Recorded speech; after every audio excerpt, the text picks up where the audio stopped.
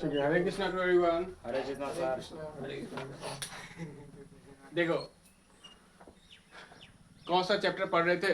Chapter class 10th का chemistry में chapter पढ़ रहे थे धातु और अधातु, मेटल्स और नॉन मेटल्स, धातु और अधातु, अधातु।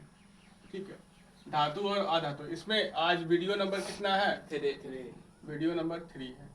ठीक, पहले 2 वीडियो अपलोड हो चुका है, उसको देखना है, फिर इसको देखना है, तब समझ में आएगा बढ़िया से। ठीक है, आज देखेंगे धातुओं का रासायनिक गुण। धातुओं के रासायनिक गुण में भी आज सभी धातु के जो मुख्यतः धातु हैं उसका अभिक्रिया ऑक्सीजन के साथ कैसा होता है। ठीक है, किसके साथ देखेंगे अभिक्रिया? ऑक्सीजन के साथ। ठीक है, धातु का ऑक्सीजन के साथ अभिक्रिया आज देखेंगे। ठीक है, इस लेक्चर में।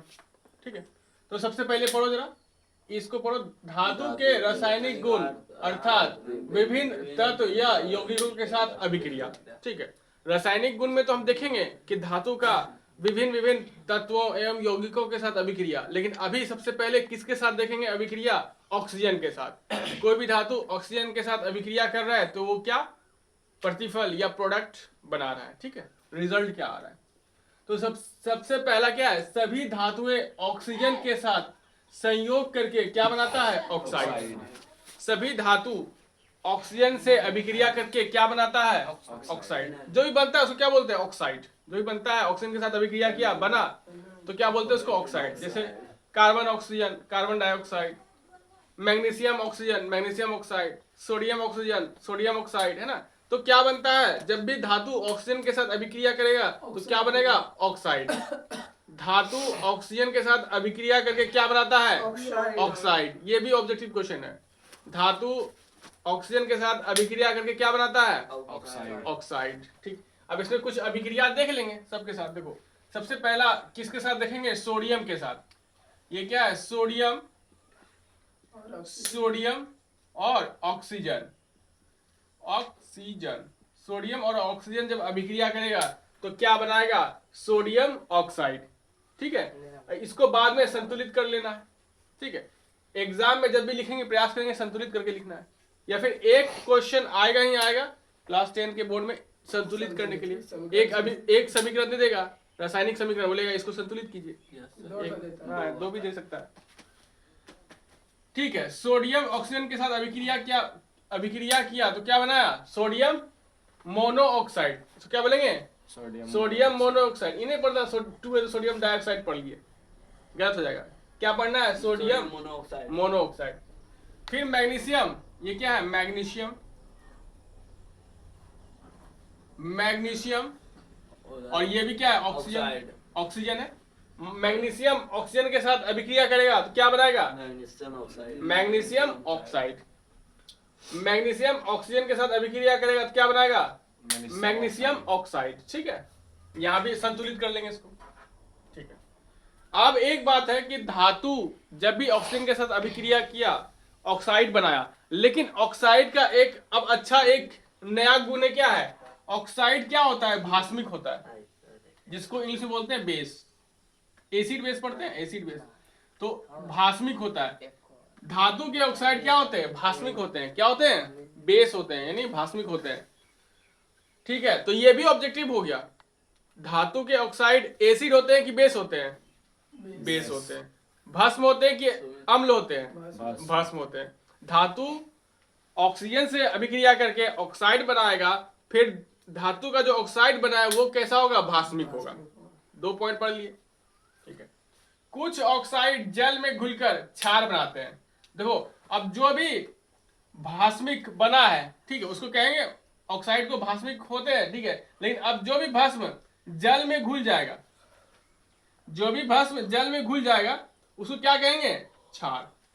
सामान्यतः सबको क्या बोलता है? क्षार और भस्म एक ही को बोलते हैं, लेकिन थोड़ा सा अंतर है। क्या? वह भस्म जो जल में घुल जाता है उसको क्या बोलेंगे? क्षार। वह भस्म जो जल में घुल जाएगा उसे क्या बोलेंगे? क्षार। ठीक है, तो कुछ ऑक्साइड जल में घुलकर क्या बनाते हैं? क्षार। क्षार का परिभाषा पूछा जाएगा, क्या बोलेंगे? जो धातु का ऑक्साइड होते हैं, धातु के ऑक्साइड, वो जल में घुलकर क्या बनाते हैं, क्षार बनाते हैं। या फिर बोलेंगे, सीधा बोलेंगे ऑक्साइड, ऑक्साइड बोलेंगे तो धातु के साथ अभिक्रिया किया, धातु और ऑक्सीजन। ठीक है, अब देखो जितना भी हमको ऑक्साइड मिला है, सोडियम मोनोऑक्साइड, मैग्नीशियम ऑक्साइड, इसका देखो जल के साथ अभिक्रिया करा है। ये क्या है, जल। देखो जरा, हरे कृष्णा, देखो ये जल है, जल। अब सोडियम ऑक्साइड, ये पोटासियम ऑक्साइड, ये कैल्शियम ऑक्साइड, ये सब क्या जल के साथ अभिक्रिया किया तो एक्वस सॉल्यूशन बनाया, जलीय विलयन बनाया। ये क्या है, sodium hydroxide, potassium hydroxide, calcium hydroxide, ये बनाया। तो सोडियम ऑक्साइड जल से अभिक्रिया किया तो ये क्या बनाया, क्षार। ये क्या है, क्षार। तो ये भी क्षार है, ये भी क्षार है।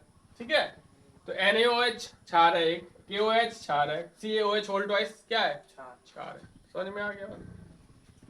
अब जो कुछ धातुओं के ऑक्साइड में अम्लीय तथा भास्मिक दोनों गुण पाए जाते हैं। अभी तो हम देखें क्या, धातु का ऑक्साइड जो होता है वो भास्मिक होता है, धातु का ऑक्साइड भास्मिक होता है। लेकिन कुछ ऐसा धातु है जिसका कि ऑक्साइड अगर निकालते हैं तो उसमें भास्मिक गुण भी होता है और अम्लीय गुण भी होता है, भास्मिक गुण भी होता है और अम्लीय गुण भी होता है। जैसे उदाहरण के लिए Al2O3, ZNO और PbO, ये भी तो ऑक्साइड है। देखो एल्युमिनियम का ऑक्साइड है, जिंक का ऑक्साइड है, लेड का ऑक्साइड है ना, ये सब धातु है, इसका ऑक्साइड बना है।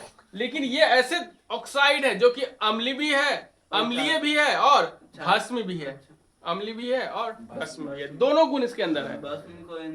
हाँ, भस्म, जब भस्म जल में घुलेगा उसको कहेंगे क्षार। ठीक, तो ऐसा ऑक्साइड धातु का जो कि अम्लीय भी है और भस्म भी है तो उसको क्या बोलेंगे, द्विधर्मी ऑक्साइड। ठीक है, उसको क्या बोलेंगे, द्विधर्मी ऑक्साइड, द्विधर्मी ऑक्साइड। इसको इंग्लिश में बोलते हैं एम्फोटेरिक ऑक्साइड्स। क्या बोलते हैं, एम्फोटेरिक ऑक्साइड। क्या बोलते हैं, एम्फोटेरिक ऑक्साइड। ठीक है, तो अब पता चल गया द्विधर्मी ऑक्साइड किसे कहते हैं। वैसा ऑक्साइड जो कि अम्लीय तथा भस्म गुण दोनों गुण होता है उसमें, उसको क्या कहेंगे, द्विधर्मी ऑक्साइड। आ गया। उदाहरण पूछेगा तो क्या बोलेगा, Al2O3, ZNO और PbO क्या होता है, lead oxide, lead oxide. Pb मतलब शीशा, और Pb का मतलब ऑक्सीजन, LEAD, लेड मतलब शीशा, लेड मतलब शीशा। ये भी एक धातु है लेकिन बहुत कमजोर होता है। ठीक है, आया समझ में, ये आधा पार्ट कंप्लीट हो गया, आ गया समझ में। ठीक है, अब चला इधर देखो, अब क्या है, सोडियम और पोटासियम। तो सोडियम पोटासियम भी क्या है, धातु है ना, धातु। अब सोडियम पोटासियम क्या करता है, कमरे के तापमान पे ही, कल बताए थे कमरा का तापमान कितना माना जाता है, 20 से 25 डिग्री सेल्सियस माना जाता है रेंज। तो सोडियम और पोटासियम कमरे के ताप पर ही वायु के ऑक्सीजन से संयोग करके भास्मिक ऑक्साइड बनाता है। जो अभी यहाँ पे हवा है, हवा में ऑक्सीजन मौजूद होना चाहिए, तो क्या बनाएगा वो, भास्मिक ऑक्साइड। कौन बनाएगा, सोडियम और पोटासियम। जब वो कमरे के तापमान पे ही ऑक्सीजन के साथ अभिक्रिया कर रहा है सोडियम पोटासियम, क्या यहाँ पे हम सोडियम पोटासियम रख पाएंगे, नहीं रखेंगे, जैसे अभिक्रिया कर लेगा। इसी के कारण सोडियम एवं पोटासियम को किरोसिन के अंदर डुबा कर रखा जाता है। तो मतलब क्यों पोटासियम सोडियम को किरोसिन के अंदर डुबा के रखेंगे, क्योंकि उसे बाहर रखेंगे तो ऐसे वो ऑक्सीजन के साथ अभिक्रिया कर लेगा। और सोडियम को तो पानी में डालेंगे तो अभिक्रिया कर लेगा। अगर सोडियम रखा हुआ है और तापमान रूम तापमान से भी कम है और उसमें हम पानी डालेंगे ना तो अभिक्रिया कर लेगा। अब कोई सोचता होगा कि माचिस डालेंगे तब ना आग लगेगा, तुम बोला नहीं हम पानी डालेंगे तो आग लगेगा। सोडियम पे पानी डालेंगे तो क्या हो जाएगा, आग लग जाएगा। ठीक है, तो ठीक है, सोडियम पोटासियम को कहाँ कैसे रखते हैं, संरक्षित करके रखते हैं, किरोसिन के अंदर डुबा के रखते हैं। ठीक है, सोडियम और पोटासियम को, ये क्योंकि सोडियम और पोटासियम हाईली रिएक्टिव है ऑक्सीजन के साथ, रूम टेम्परेचर पे ही रिएक्शन हो जाता है। ठीक है, अब देखो जिंक का ऑक्सीजन के साथ प्रबलता से गर्म करने पर वह ऑक्साइड बनाता है। जिंक और ऑक्सीजन रख देंगे तो रिएक्शन नहीं होगा। जिंक को पहले क्या करना पड़ेगा, बहुत तेजी से गर्म करना पड़ेगा, तब वो ऑक्सीजन के साथ अभिक्रिया करेगा और तब ऑक्साइड बनाएगा। ये बता सुन, जिंक को गर्म करेंगे प्रबलता के साथ, तब वो ऑक्सीजन के साथ अभिक्रिया करके क्या बनाएगा, ऑक्साइड, जिंक ऑक्साइड। देखो Zn + O2 ZnO, ठीक है, यहाँ पे संतुलित कर दिए हैं, ये समीकरण संतुलित हो चुका है। ठीक है, अब दूसरा धातु आते हैं, कौन सा, कॉपर। कॉपर क्या करता है, ऑक्सीजन के साथ अभिक्रिया करता है, लेकिन कैसे करेगा, बहुत धीरे धीरे, बहुत धीरे धीरे करेगा, और कॉपर को बहुत गर्म भी करना पड़ेगा तब करेगा। ऐसे नॉर्मल जो हमारे पास कॉपर का बर्तन होता है, तांबा का जो बर्तन होता है, दिखता है जल्दी उसमें कोई जंग उग नहीं लगता है तो बहुत दिन के बाद देखते हैं उसमें हरा हरा जंग लग जाता है। तो हरा जो उसमें कलर उसका हो गया ग्रीन ग्रीन, वो कॉपर का ऑक्सीजन के साथ अभिक्रिया करने के बाद ही होता है। ठीक है, यानी बहुत देरी से बहुत दिन लगता है। ठीक है, तो तांबा के बर्तन पे जो काई जमता है, कैसे जमता है, हरा हरा, वो क्या है, कॉपर ऑक्साइड। कॉपर ऑक्सीजन के साथ अभिक्रिया करके क्या बना है, कॉपर ऑक्साइड, वही है। ठीक है, अब देखो चांदी और सोना। चांदी और सोना उच्च तापमान पर भी ऑक्सीजन के साथ अभिक्रिया नहीं करता है, इसलिए सोना चांदी का जो गले में हार पहनता है, नेकलेस वगैरह, ऑर्नामेंट्स वगैरह, सोना और चांदी का जितना भी ज्वेलरी होता है, तो उसमें देखो वो कभी भी जल्दी ऑक्सीजन के साथ अभिक्रिया नहीं करेगा, गर्म करेंगे फिर भी अभिक्रिया नहीं करेगा। ठीक है, तो इसलिए बहुत दिन तक उसका चमक बरकरार रहता है ना, मतलब सालों 2 साल 3 साल के बाद उसमें क्लीनिंग करवाते हैं हम लोग। हाँ, इसलिए सोना और चांदी क्या है, अभिक्रिया नहीं करता है, किसके साथ, ऑक्सीजन के साथ। ठीक है, अब देखो ऑक्सीजन के प्रति धातुओं की क्रियाशीलता का क्रम।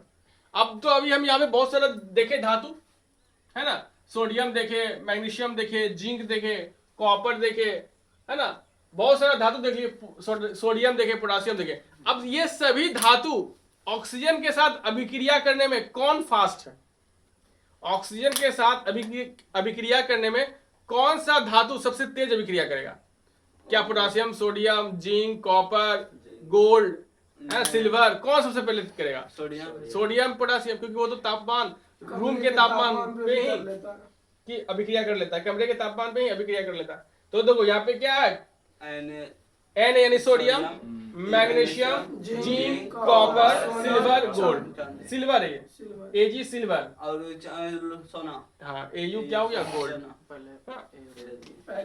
क्या हो गया, सोडियम, Na क्या हो गया, सोडियम, Mg क्या हो गया, मैग्नीशियम,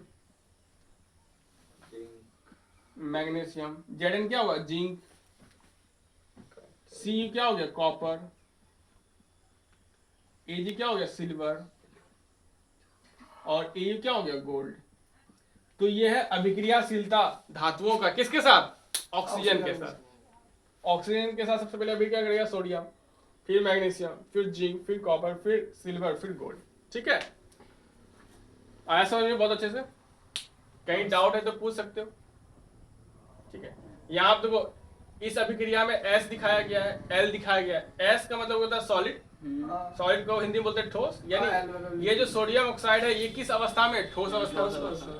तो ठोस अवस्था और H2O क्या है, द्रव की अवस्था में। तो ठोस और द्रव मिलके क्या बनाएगा, एक्वस सॉल्यूशन। जैसे शरबत बनाते हैं लोग, चीनी क्या है, ठोस अवस्था में, और जल क्या है, द्रव अवस्था में। तो ठोस जो चीनी है उसको जल में मिलाते हैं, मिल जाता है, तो वो क्या होता है, एक्वस सॉल्यूशन कहलाता है। कुछ ऐसा ही यहाँ पे सॉल्यूशन बनेगा। ठीक है, समझ में, इसको अच्छे से लिख लेना है, बार बार रिवाइज करना है, इससे 1-2 ऑब्जेक्टिव बनेगा ही बनेगा। ठीक है, जैसे एम्फोटेरिक ऑक्साइड कौन है, इसमें से 4 ऑप्शन देगा। ठीक है, तो इसमें ढूंढना पड़ेगा तुमको। ठीक है, इसको स्क्रीनशॉट कर सकता है जिसको सेव करना है। बाकी सबके लिए हरे कृष्णा एवरीवन। हरे कृष्णा सर।